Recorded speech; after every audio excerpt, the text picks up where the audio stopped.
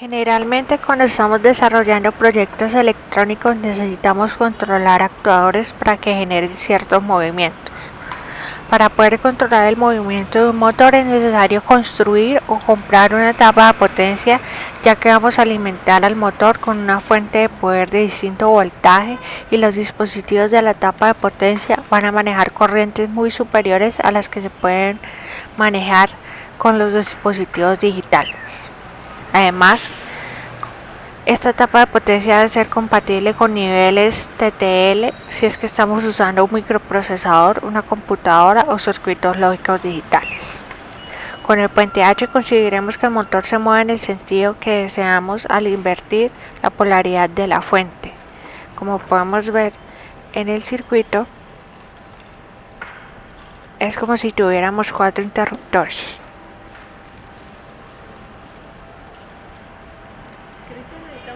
Para explicar el principio de funcionamiento del puente H vamos a suponer que tenemos un motor que se alimenta con una fuente de 10 volts y para hacer que gire a la derecha necesitamos conectar el positivo de la fuente a la terminal A del motor y el negativo a la terminal B del motor. Si necesitamos hacer que gire el motor a la izquierda, habría que conectar el positivo de la fuente al terminal B y el negativo a la A. Pero si quisiéramos hacer que se pare el motor, simplemente debemos conectar los dos terminales a un solo borne de la fuente. El puente H hace exactamente lo mismo. En las imágenes se ve que para que el motor gire en un sentido se tiene que cerrar los interruptores A y D, y para que giren en el otro sentido se tienen que cerrar los interruptores B y C, y para pararlo se abren los interruptores C y D o A y B, pero jamás deben cerrarse los interruptores A y C, ni B ni Y, porque causarán un cortocircuito en la fuente de alimentación.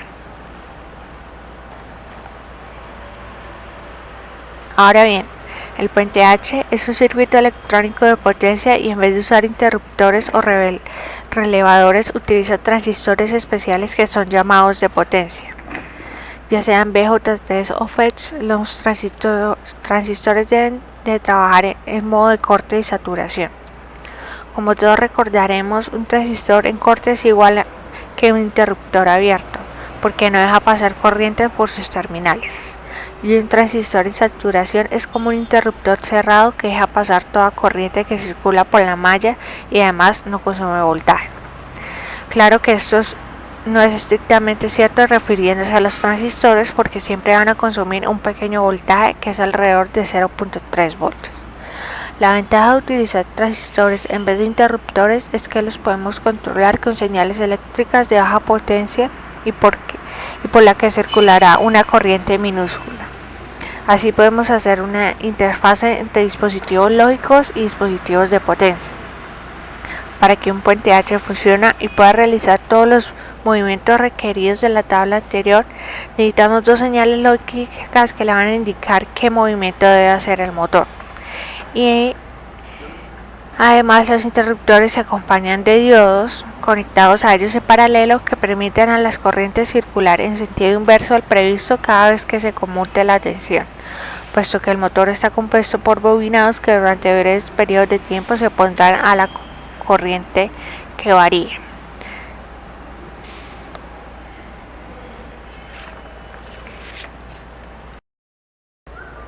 En montaje y simulación del puente H con Proteus debemos sacar los siguientes materiales al área de trabajo: dos TIP 147, dos TIP 142, dos N2222, dos resistencias de 470 ohms, dos resistencias de 10 ohms, dos de 250 ohms, dos pulsadores de estado y un motor DC. Lo que deseamos hacer es el siguiente circuito. Al activar uno de los pulsadores vamos a activar el 2N2222, que a su vez va a activar uno de los TIP 147 y este se va a cerrar con el TIP 142, de tal manera que la corriente va a circular en este sentido y el motor va a girar en un sentido. Por el contrario, si activamos el otro pulsador, vamos a tener que la corriente va a viajar en este sentido, consecuentemente el motor girará en el otro sentido.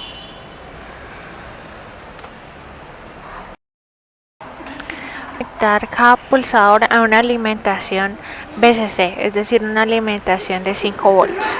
Si vemos esta entrada de power, vamos a ver que esta VCC está conectada a 5 volts. Este pulsador va a estar en serie con una resistencia de 10K hacia el 2222 a través de su base y una resistencia de 250 ohms a tierra. El colector del 2222 conectado al tip 147 a través de una resistencia de 470 ohms y su emisor conectado al tip 142. Además vamos a tener dos diodos, uno colgado entre colector del entre 147 y 24 y otro conectado entre colector del 142 y tierra. Estos diodos van a permitir que si alguno de los dos pulsadores están activos, no ocurra un cortocircuito en la fuente de alimentación. Sin embargo, podríamos realizar el circuito y también su simulación sin estos diodos. La otra mitad del circuito es prácticamente lo mismo. Pulsador colgado a 5 volts, conectado al 2222 a través de una resistencia de 10K, a tierra con una de 250, el colector conectado a 470 a través de un tip al tip 147 y el emisor conectado a la base del tip 142.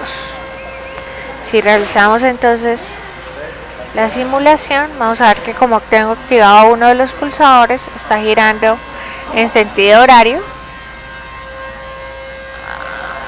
Apenas abra el pulsador se va a detener y si cierro el otro pulsador voy a estar girando en sentido antihorario.